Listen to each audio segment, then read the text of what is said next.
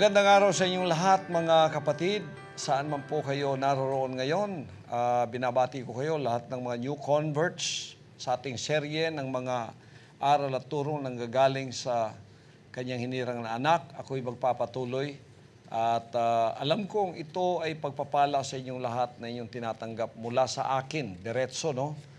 Ang ating pag-aaralan ngayon ay ang 7 uri ng mapanganib na pag-ibig. The 7 dangerous love affairs. Pag-ibig ang pinakadakilang turo ng ating amang makapangyarihan sa kanyang mga anak na babae at lalaki. Anong sinabi ng unang Korinto 13:13? Ang pananampalataya, pag-asa at pag-ibig. Ngunit ang pinakadakila sa mga ito ay ang pag-ibig. May babala dito sa mga salita ng ating Ama. Ang maling pag-ibig ay maaring napaka-mapanganib.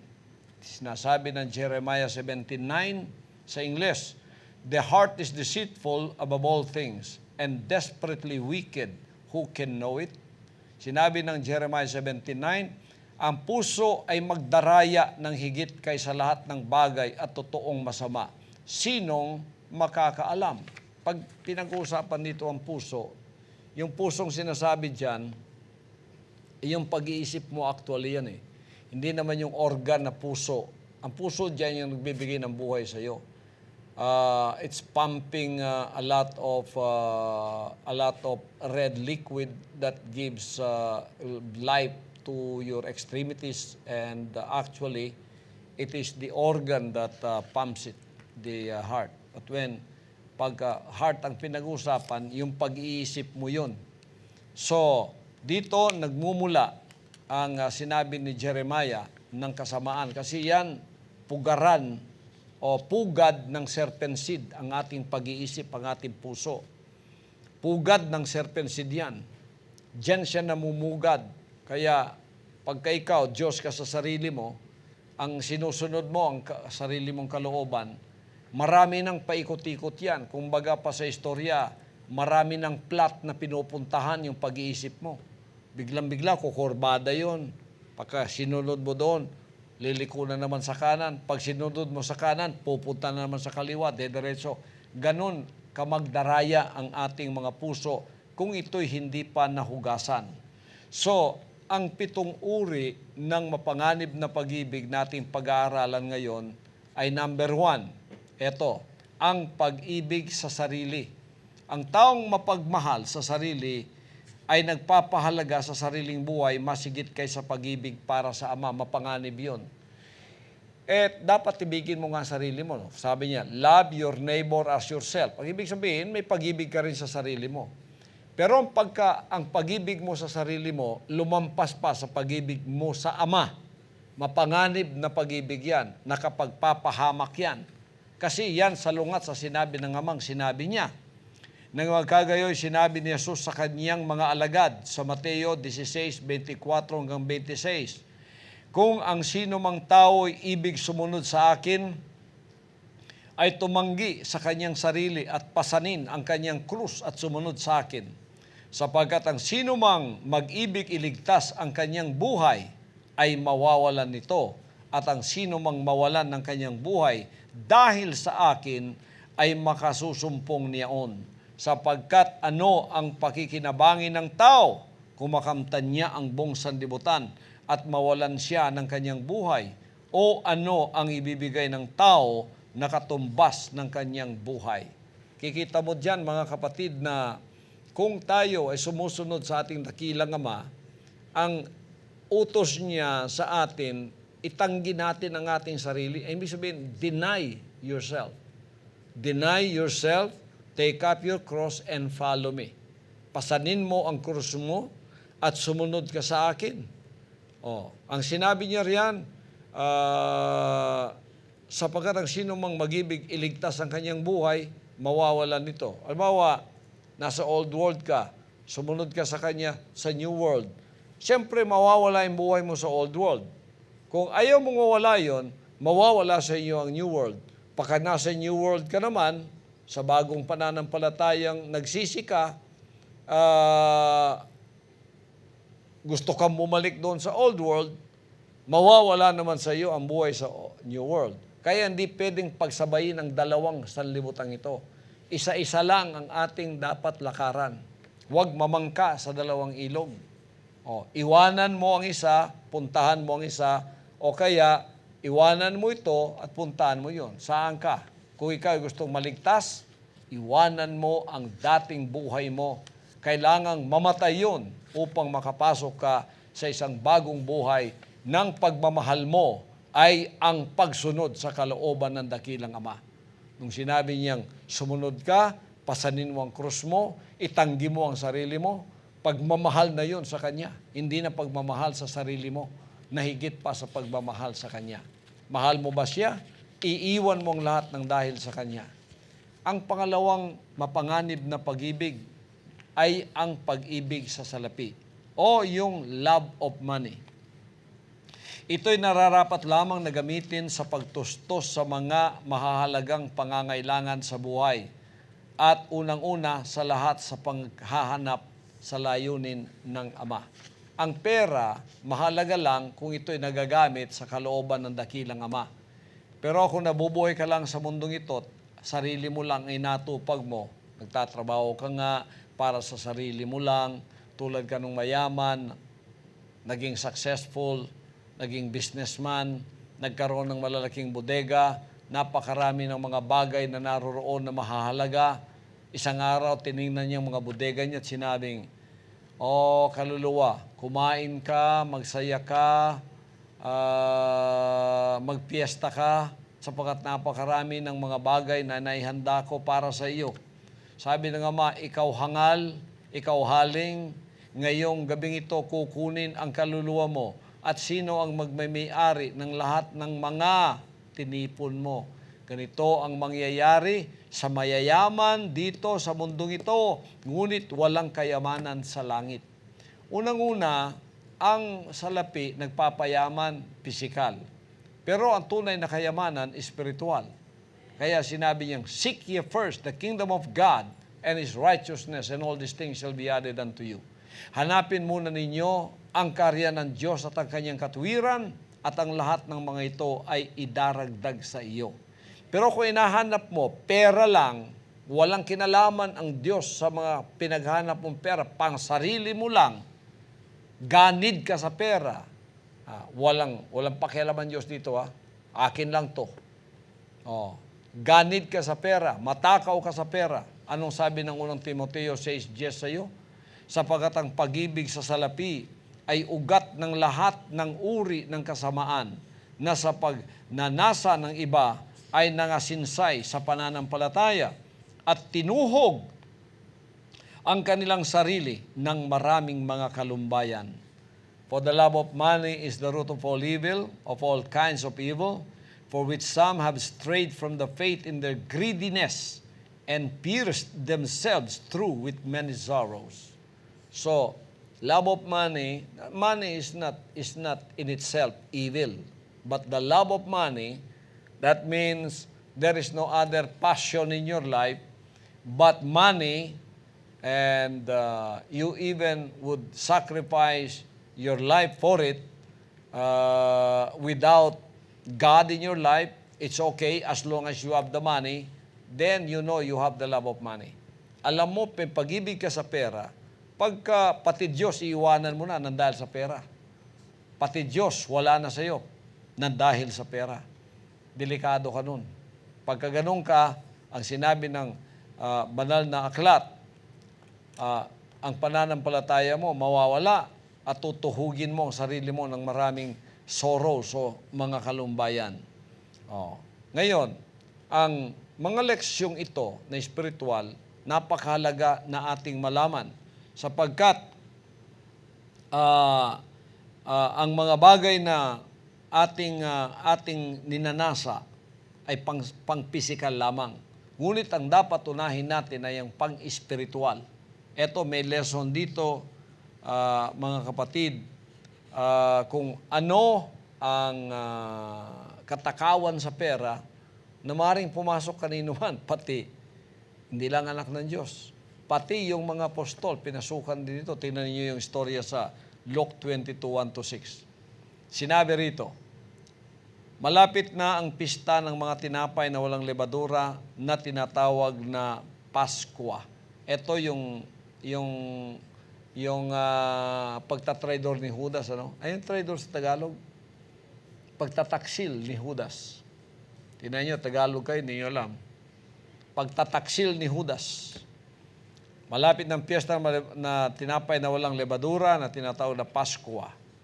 At pinagsikapan ng mga pangulong saserdote at ng mga eskriba kung paano kanilang may papapatay siya sapagkat nangatatakot sila sa bayan.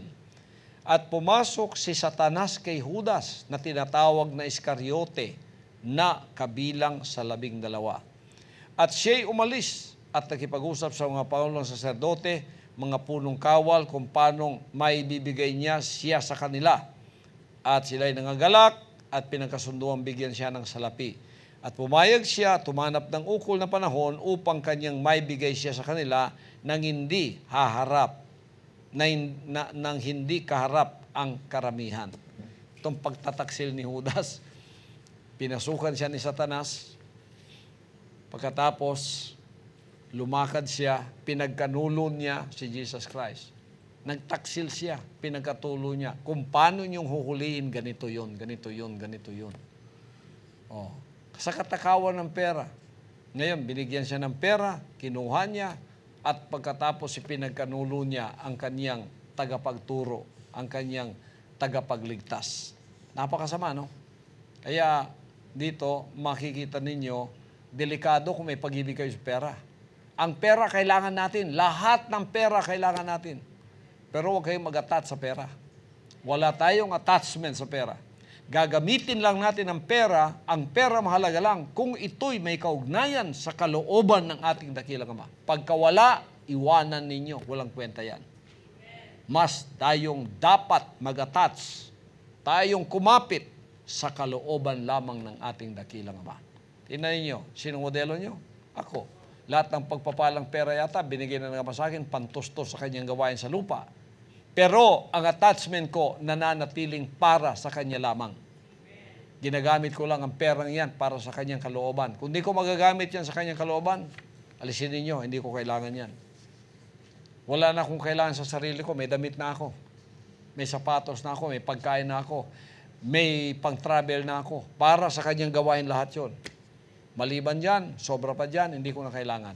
Kailangan gamitin yan sa kalooban lamang ng dakilang Ama. Ganon ang dapat nating maging ugali, maging espiritu bilang kanyang mga anak. Tingnan ninyo mga kapatid, si Sapphira at Ananias, no? Sa pag-ibig sa pera, kung anong nangyari sa kanila. Nagkunwari, pinagbilang lupa, pinagbilang bahay,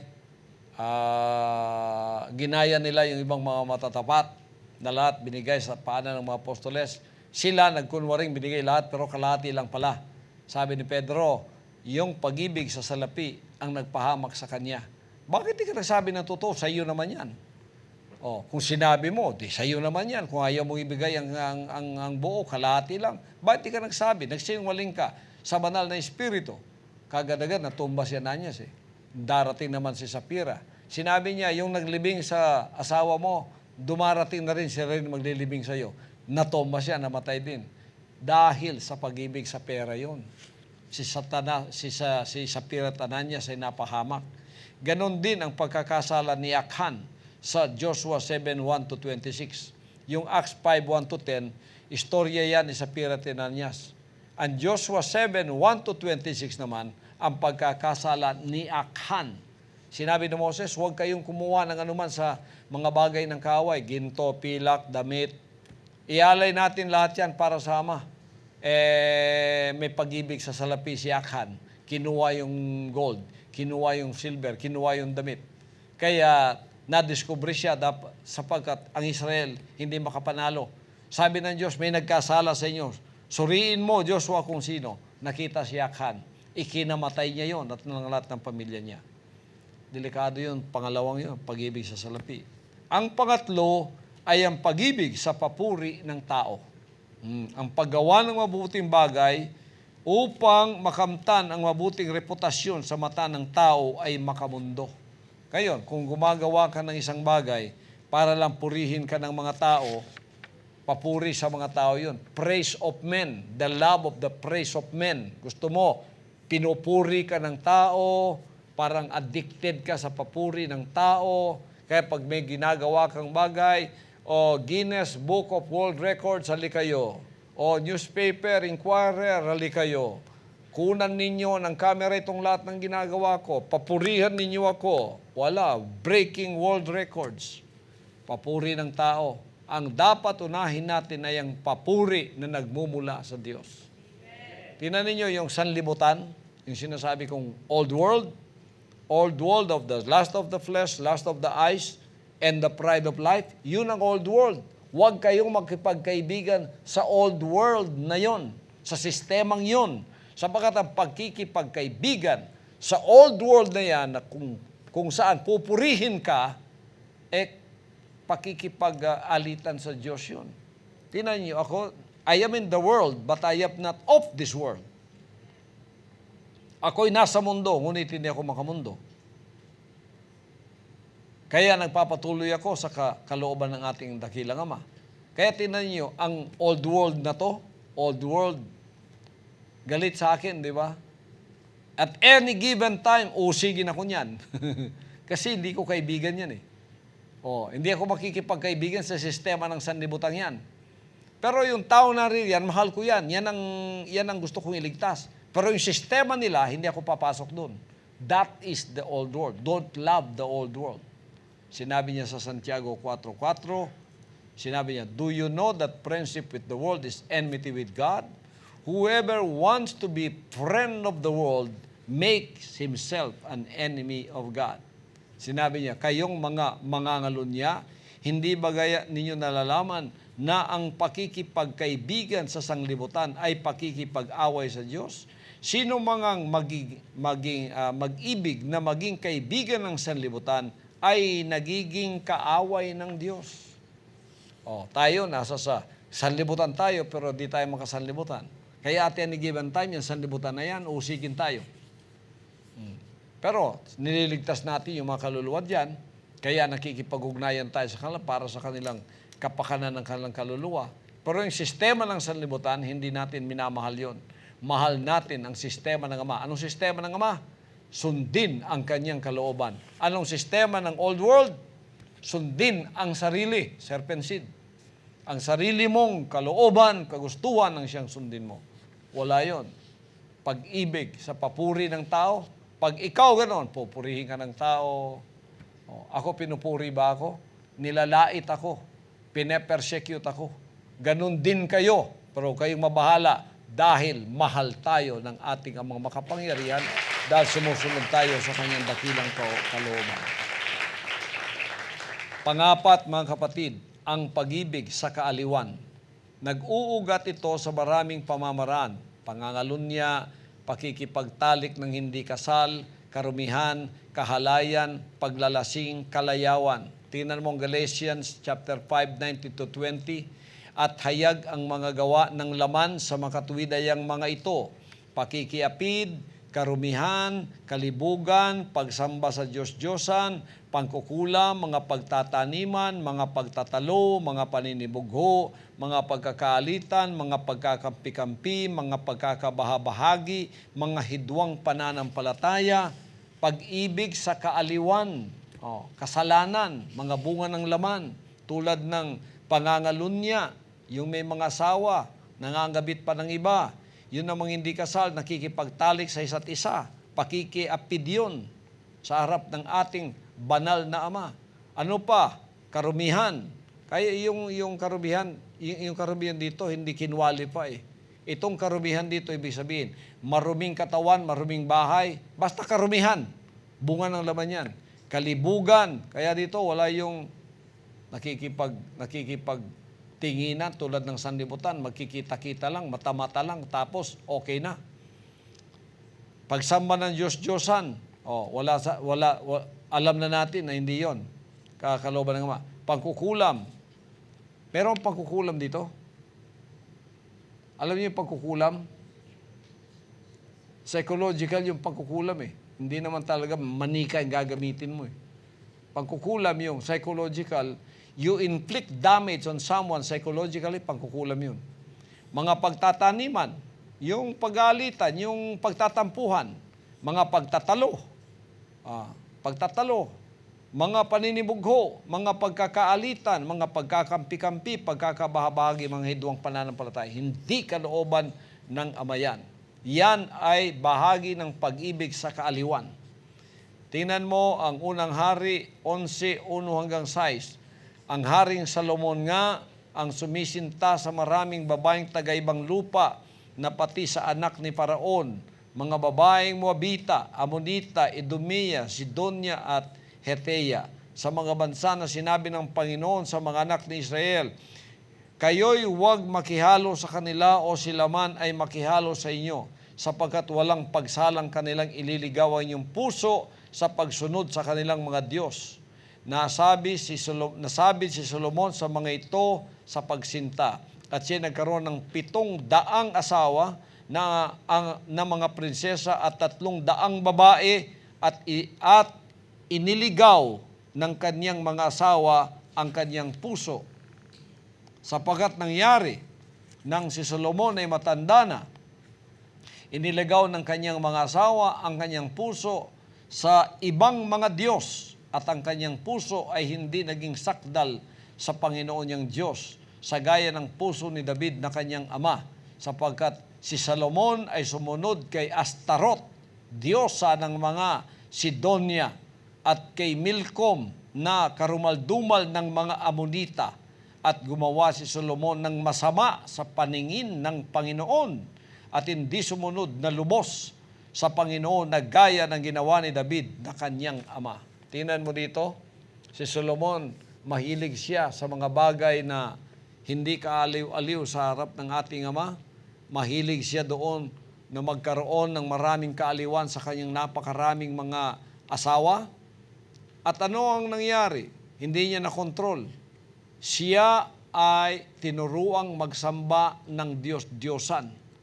Napakalaking kasalanan sa harap ng Diyos pag pinalitan mo siya. Siguro mapapatawad pa ng Diyos yung ginawa niyang ganon. Hindi naman sinabi nagkasala siya. Pinuri pa nga siya doon. Pero nung ang kanyang mga asawa ay iniligaw ang kanyang puso at nagsamba na siya ng Diyos-Diyosan ng mga Sidonia, doon nagalit ang Panginoong Diyos sa kanya. Sapagkat pag ginawa mo yon, pinalitan mo na ang Diyos ng ibang Diyos. Ikaw ay nabackslide ng tuluyan at yang spiritual adultery ang pinakamalaking kasalanan sa harap ng ating Panginoong Ama.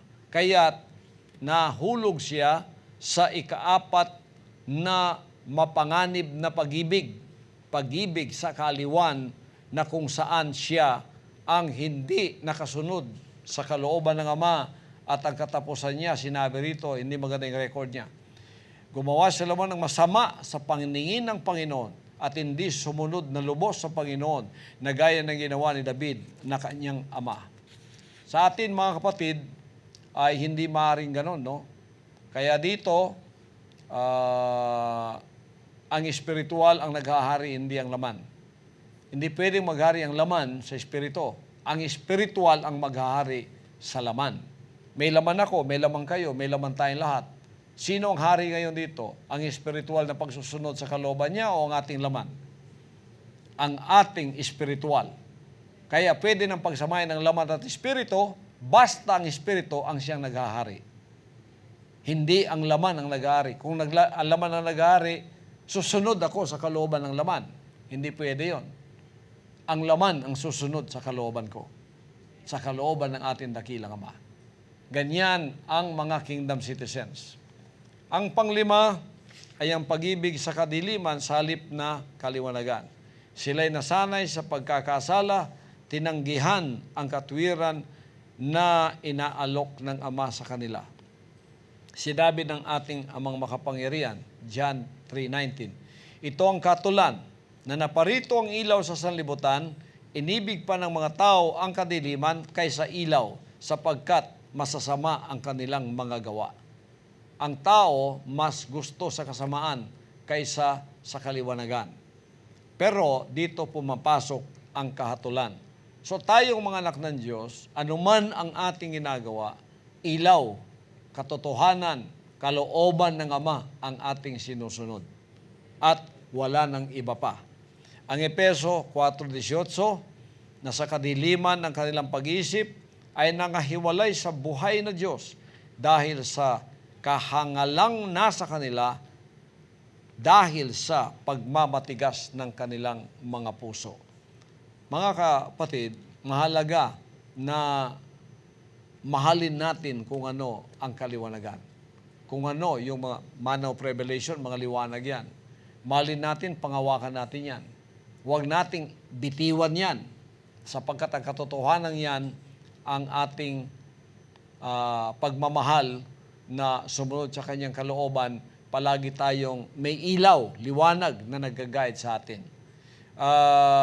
Huwag ninyong mahalin ang kadiliman. Tulad ng iba, bakit ako nilalait ng sanlibutan? Dahil ayaw nilang liwanag. Gusto nila ang madilim. Kaya yung mga anak ng Diyos, lumapit tayo sa maliwanag para makita ang ating gawa na nasa kaliwanagan. Efeso 4:18, pakatandaan ninyo yon. Ang panganim ay ang pag-ibig sa buhay. Hindi nangako ang Ama na sa kanyang tagasunod ng isang buhay na maginhawa. Salip tayo'y ipapako sa pamamagitan ng kamatayan sa lahat ng mga kahalayan at makasanlibutang ambisyon. Pag sumunod tayo sa ating Ama, ituon na lang natin sa ating puso na hindi lahat ng ating buhay magiging maginhawa. Merong panahon maghihirap tayo sa pagsusunod sa kanyang dakilang kalooban. Pero huwag mong mahalin ang buhay mo na mas pa sa pagmamahal mo sa buhay na walang hanggan sa pagsusunod sa kalooban ng dakilang Ama. Tinabi dito sa Apokalipsis 12, at siya'y kanilang dinaig dahil sa dugo ng kordero at dahil sa salita ng kanilang patotoo, at hindi nila inibig ang kanilang buhay kahit na sa kamatayan.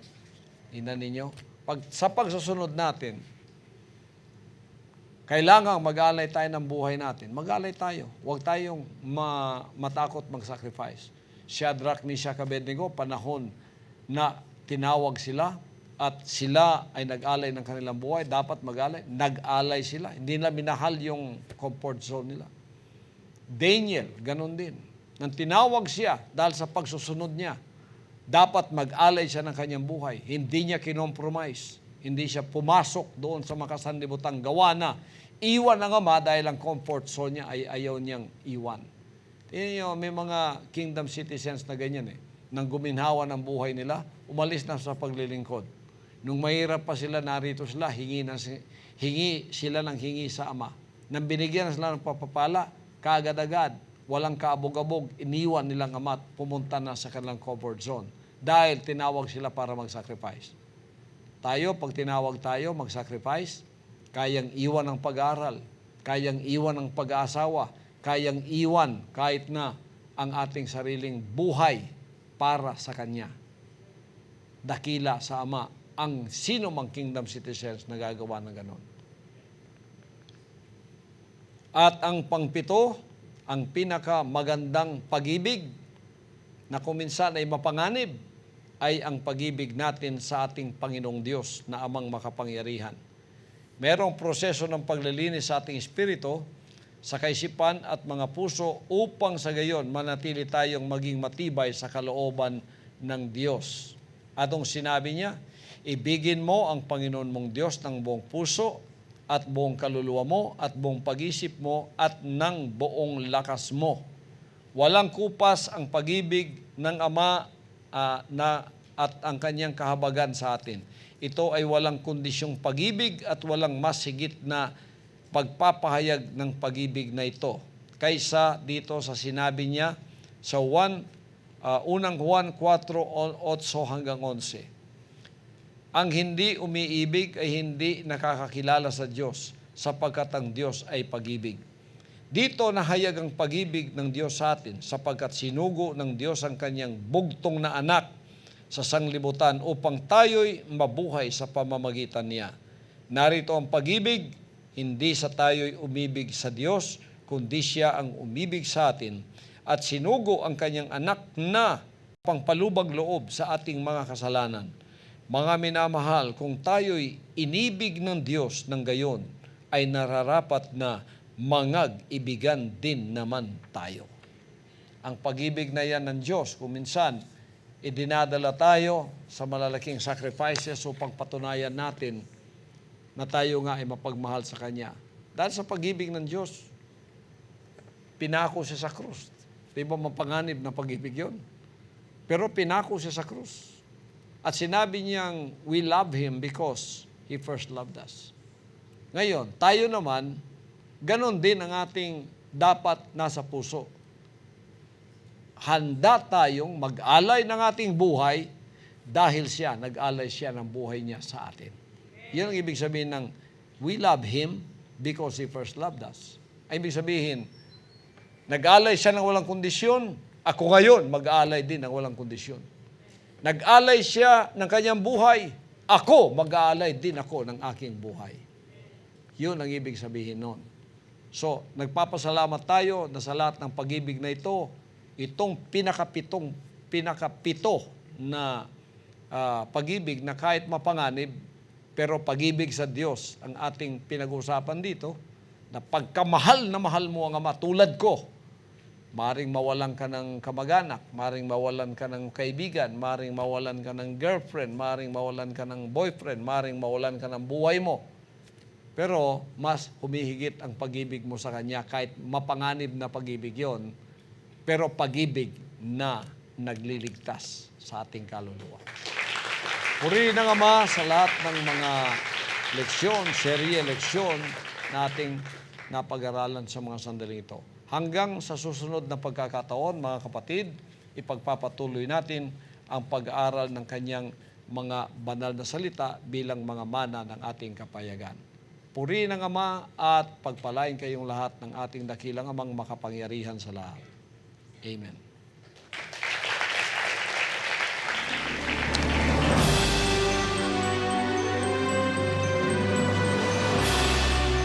Ang mensaheng inyong napakinggan ay bahagi ng 15 panimulang mga leksyon para sa mga Kingdom Citizen.